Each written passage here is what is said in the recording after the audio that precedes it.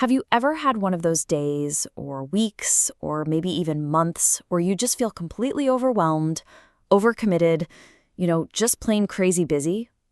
Well, if that sounds familiar, you are in exactly the right place. Today, we're going to dive into Amantha Imber's fantastic book, Time Wise, and pull out some amazing strategies to help all of us reclaim our time and seriously work a whole lot smarter. Let's get into it. I'm sure you've seen this meme, right? It goes viral for a reason. It pops up on your feed, and for just a second, you think, heck yeah, I do. It feels so empowering, like a little shot of pure motivation. But that feeling, it fades pretty fast, doesn't it? It's almost immediately followed by that sinking thought of, so what on earth have I been doing with my life? And you know what? That viral quote totally misses the real problem here. It isn't about the number of hours we have. Not at all. The real issue isn't our drive or our ambition. It's the environment we're all swimming in. I mean, look at this. Since the pandemic, the amount of digital noise has just exploded. We're sending 45% more chat messages every single week and, get this, 40 billion more emails. This whole system is designed to keep us reactive, constantly putting out little fires instead of doing the deep, meaningful work that actually matters. But, and this is a big but, here is the good news. According to Imber, managing your time well isn't some gift you're born with, something only superstars have. Nope, it's a superpower that absolutely anyone, and that includes you, can learn. And today, we're going to break down 3 of the most powerful ways to do just that. All right, first things first, we have got to stop playing defense with our time. We need to start shaping our day proactively.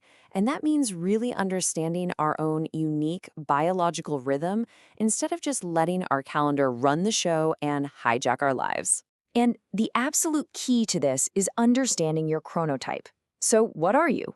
Are you a lark? One of those morning people who just spring out of bed when the sun comes up? Or are you an owl who really comes alive late at night? Or are you a middle bird, which is actually most of us, who hits their peak a couple of hours after waking up? This right here is why all that generic advice, wake up at 5 a.m. and crush it, is totally useless if you're an owl. It's like trying to run a marathon in shoes that are 2 sizes too small. You're just setting yourself up to fail because you are literally fighting your own biology. Best-selling author Dan Pink is a perfect example of how to do this right. He realized he's a middle bird, so his peak brain time is in the morning. So what did he do? He completely restructured his day to fiercely protect that time for his most important work, writing. He doesn't check his phone, he doesn't open his email, nothing. He just writes until he hits that word count. And hey, to make starting that big, important work even easier, you have to try this. It's called the Hemingway trick. It's so simple. At the end of your work session, just stop, mid-sentence. I know, it sounds crazy, but our brains absolutely hate unfinished business. It's a psychological thing called the Zeigarnik effect, and it means your brain kind of stays hooked on that task overnight, which makes it almost effortless to jump right back in and find your flow the next day. Okay, so you've learned how to protect your most productive hours. Awesome. But what about the rest of the day? Well, that brings us to our second big strategy. Taming the biggest, baddest modern distraction of them all, our technology. 2,617. Just let that number sink in. That is how many times researchers found the average person touches their phone in a single day. It is an absolutely staggering amount, and it just goes to show how much our attention is being hijacked without us even noticing it. So how do we fight back without having to rely on pure, exhausting willpower? Well, here are 3 brilliantly simple tricks. First, the rubber band trick. Just loop a rubber band around your phone. That physical barrier forces you to pause for a split second and ask, wait, do I really need to be doing this right now? Second, make your phone boring. Delete the apps that are literally designed to be addictive. And third, and this is a big one, just get your phone off the table during meals and meetings. Seriously, studies show it makes you happier and way more connected to the people you're actually with. And finally, let's talk about mindset. So we've structured our day, we've tamed our tech, but honestly, the most profound changes, the ones that really stick, often come from within. It's all about shifting how we think about our tasks and our time. One of the most powerful reframes in the entire book is this tiny little language switch, changing I have to into I get to. Think about it. I have to do laundry becomes I get to have clean clothes.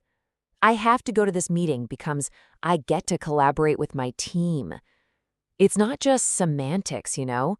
It's a deep, profound shift that turns chores and obligations into actual opportunities.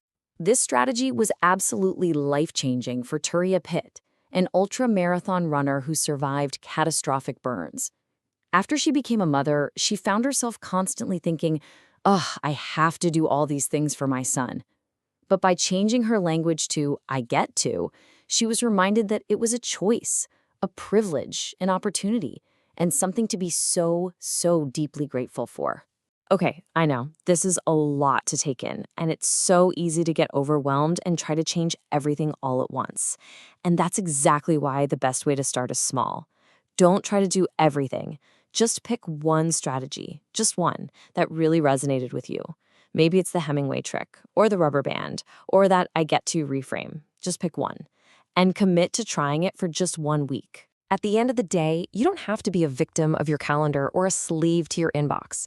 You have the power to reshape your time and reclaim your focus. So the only question left is, what's the one small change you're going to make starting today to become a little more time-wise?